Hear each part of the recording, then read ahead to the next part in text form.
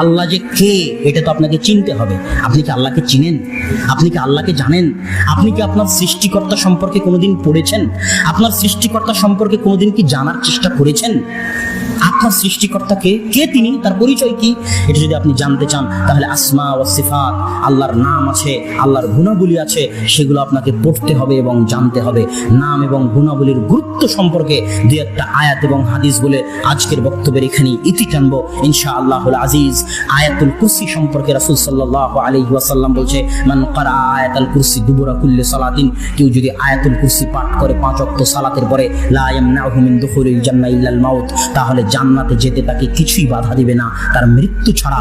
সে মরলেই জান্নাতে যাবে, সে মরলেই জান্নাতে যাবে। এই আয়াতুল কুরসির মধ্যে কি আছে প্রথম থেকে নিয়ে শেষ পর্যন্ত পড়ে দেখেন তো। আয়াতুল কুরসির মধ্যে কি আছে? সালাত সিয়ামের কথা নাই, হজ যাকাতের কথা নাই, পরকালের কথা নাই, জান্নাত জাহান্নামের কথা নাই। শুরু থেকে শেষ পর্যন্ত শুধুই শুধু আল্লাহ সুবহানাহু ওয়া তাআলার নাম, তার পরিচয়, তার গুণাবলী আছে। আল্লাহু লা ইলাহা ইল্লা হুয়াল হাইয়ুল কাইয়্যুম লা তাখুযুহু সিনাতুন ওয়া লা নাওমুন লাহু মা ফিস সামাওয়াতি ওয়াল আরজ। এই যে লাহু মা ফিস সামাওয়াতি ওয়াল আরজ এর মানে কি সম্পূর্ণটুকু ব্যাখ্যা করার হয়তো সময় নাই। আল্লাহ বলছেন আসমান এবং জমিন এবং তার মাঝে যা কিছু আছে সবই আমার। আর আরেক আয়াতে আল্লাহ বলছেন ইউসাব্বিহু লিল্লাহি মা ফিস সামাওয়াতি ওয়াল আরজ, আসমান জমিন এবং তার মাঝে যা কিছু আছে সবই আল্লাহর তাসবিহ পাঠ করে।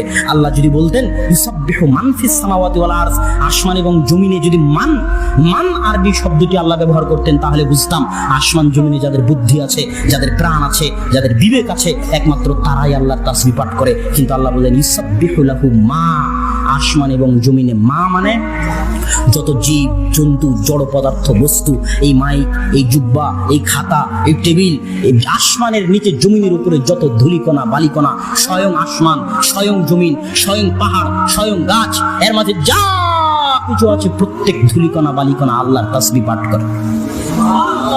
কেন বিশ্বাস হয় না? বিশ্বাস হয়।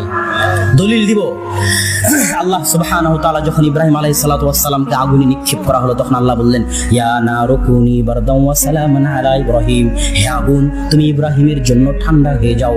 আগুনের কি জীবন আছে? আগুনের কি প্রাণ আছে? আগুন তো জড় বস্তু, তো আগুন কি ঠান্ডা হয়নি?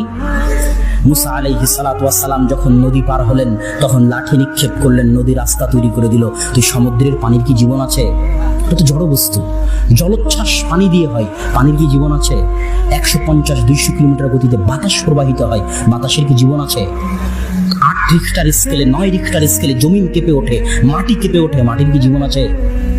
এই মেঘ আওয়াজ করে, এই মেঘ বৃষ্টি আকারে ছড়িয়ে বেড়ায়, এগুলোর কি জীবন আছে? তাহলে মেঘ, এই বাতাস, এই পানি